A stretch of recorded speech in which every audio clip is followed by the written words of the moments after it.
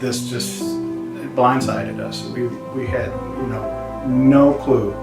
They didn't give him much of a chance to live.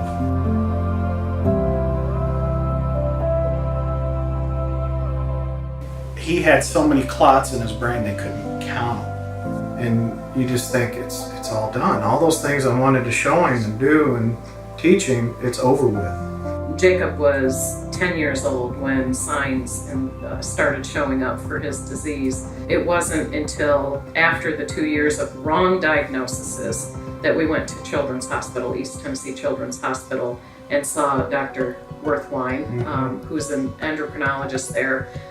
In 5 minutes, she knew what Jacob had just on his symptoms. Children's is just an amazing hospital in the fact that even in those first few days, we were never left alone and we were always taken care of. So, there was some comfort there in knowing other people had gone through this and they were going to be there for us during the treatment. We serve children over 16 counties. Knox County obviously being our largest, but the 16 surrounding counties that we treat children all the way up to Harlan County, Kentucky. That's our mission. We don't turn anyone away for the lack of ability to pay either. So if you come to be treated at Children's Hospital, that is exactly what you will get. If it wasn't Mom beside Jacob, it was Joshua. Joshua was there every time to pick up the ball and try to keep Jacob's mind off his situation. He would go out and hunt for like a game console or something then on the hallways, and we would play that. Usually I would come up to talk to him like as if nothing was going on. I'd try to make him feel comfortable and keep his mind at bliss and try to get his mind off of it, and I'd always ask him if there's something he wants to do. Anything he wants to do, I'll tag along with him if he wants me to. I really did not think that like having him with me and knowing him for my entire life, and then he could just the next day not be with me anymore, and it just was such a big thought for me, and I couldn't really think about it. It was too shocking, too big.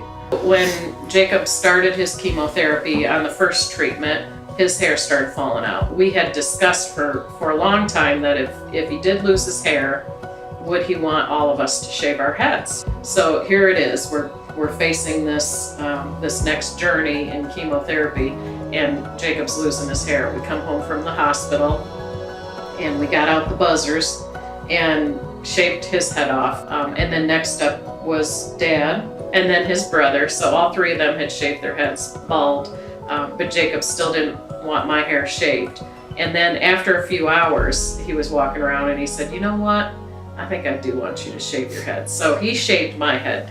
So we were all bald, all four of us were bald, which was very liberating, and you want to be able to do as much as you can for them. And this was such a small thing for me to be able to do, is give up my vanity by shaving my head for him. It took the sadness, the fear, and the anxiety out of losing your hair and turned it into Mom looks funny bald. After that experience, and this wasn't until recently, last year, he decided that he was going to grow his hair out. He had gotten online and researched all the different places that you can donate your hair to. But wigs for kids, the wigs go to children going through chemotherapy. So he's dedicated his time to grow his hair out. And when he gets to 12 inches, I think is what they need, he'll be able to cut his hair and then donate it to Wigs for Kids. So he's very excited about that. I like to say that we looked for the beauty in those dark moments, and that's the best way I can describe it, is when something would happen that was horrible and you wish nobody would ever have to deal with this, especially children.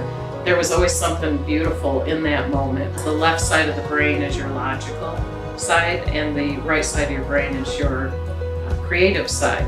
So we don't know if this is the fact, but for many months, his right side of his brain was the only one functioning. And so now he's just turned into this amazing animator and artistic talent, and the drive. I mean, that's all he can think about is animating and creating. It's just amazing how the cancer affects the total person for the rest of their life. It wasn't as bad as I was thinking it was going to be. I thought it was going to be like surgery after surgery after surgery. It was just like 2 surgeries like in the beginning and 2 surgeries at the end of it. I always told myself it's not going to be that long. It's not going to be like that horrible. As long as you don't let it get to you, it's going to be as bad as you think it's going to be.